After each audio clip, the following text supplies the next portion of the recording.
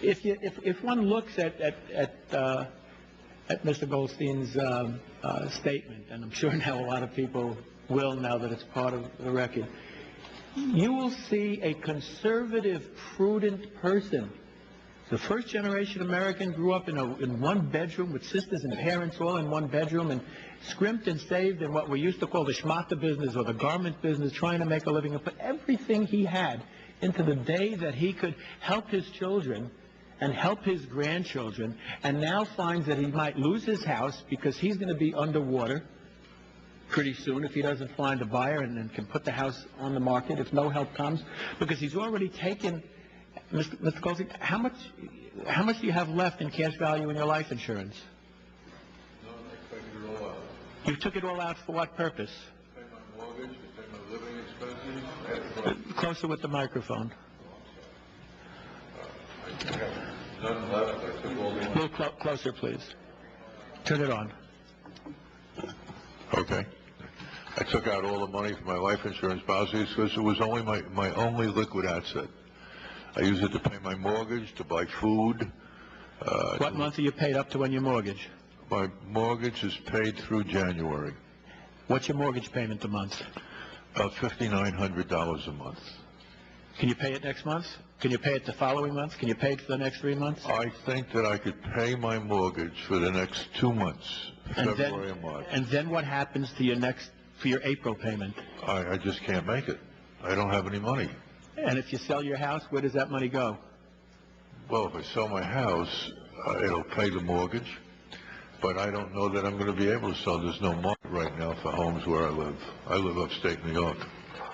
And then you pay the mortgage company if it covers the mortgage, and then where do you live? You've just sold your house. Well, my daughter in California has told me that she would put my wife and myself up in her house. How does that make you feel? Well, at this stage of my life, I thought of living in my children's home is not humiliating, but it's very sad. It's terrible. It's terrible. That's how I have to end up my life, living off the benefits of my children.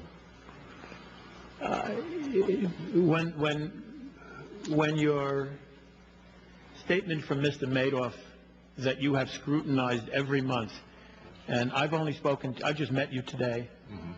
Spoke to you for a few minutes before the hearing, but I'm looking at your statement, and thank you for allowing us to make this public. And I appreciate your wife's willingness, although she could not be strong enough to be with us today, that she's allowed. My wife is going through severe emotional problems because of this. I'm sure, and we appreciate her and the fact that you're willing to do this so that we could bring public light to this. But your statement shows a prudent investor. This is the face of somebody who has invested everything over 50 years, starting from zero, in things like Fidelity, Spartan, Walmart, Exxon, Intel, Johnson & Johnson. This is this month. J.P. Morgan, Coca-Cola, McDonald's, Merck, Microsoft, Oracle, PepsiCo, Apple, Pfizer, Abbott Laboratories, Procter & Gamble, Amgen, Philip Morris, Bank of America, Qualcomm, Citigroup, Schlumberger, Comcast, AT&T, ConocoPhillips, United Parcel, Cisco Systems, on and on and on for pages. May I ask the question? Is that Mr. Madoff's statement? No, this is your private investment outside. This is Mr. Madoff's statement, a monthly statement from Madoff. Telling you what you're invested in. Yes, sir. this is Madoff's statement to Goldstein, to Mr. Goldstein. This is his retirement. This is his IRA. This is his nest egg. This is his grandchildren's tuition to college that he's gonna get closer to than he ever thought he would be. Fortunate or unfortunate and tragic, so that might be. But this shows a prudent investment. Mr. Madoff, thief that he is, was brilliant in what he did, people should understand. He showed you what he gambled on and what you won after the fact, because he sent you a statement after the trading day was over. If he bought Exxon and you were flying high on the 14th, he knew the price that you bought it at, put it down and sold it at the 15th, knew the profit you made. If Mr.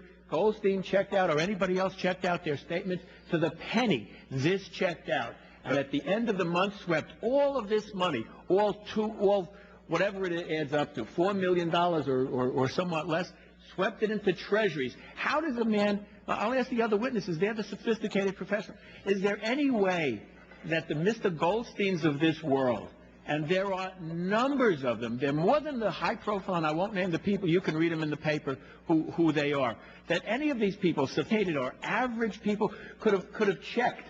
The Inspector General is at a loss. He's just starting an investigation, and he's scratching his head in front of us. He's talking about the Enforcement Division investigated this, of the SEC. The SEC is supposed to... Who was watching? If none of them could find this, how is Mr. Goldstein? I must add to this that more than one occasion I took my statement, I sat down with the stocks index at the New York Times, and it checked out. Of course it did. The price in the Times is... He told you you were betting on a horse race after the race was over. Let me, that's an interesting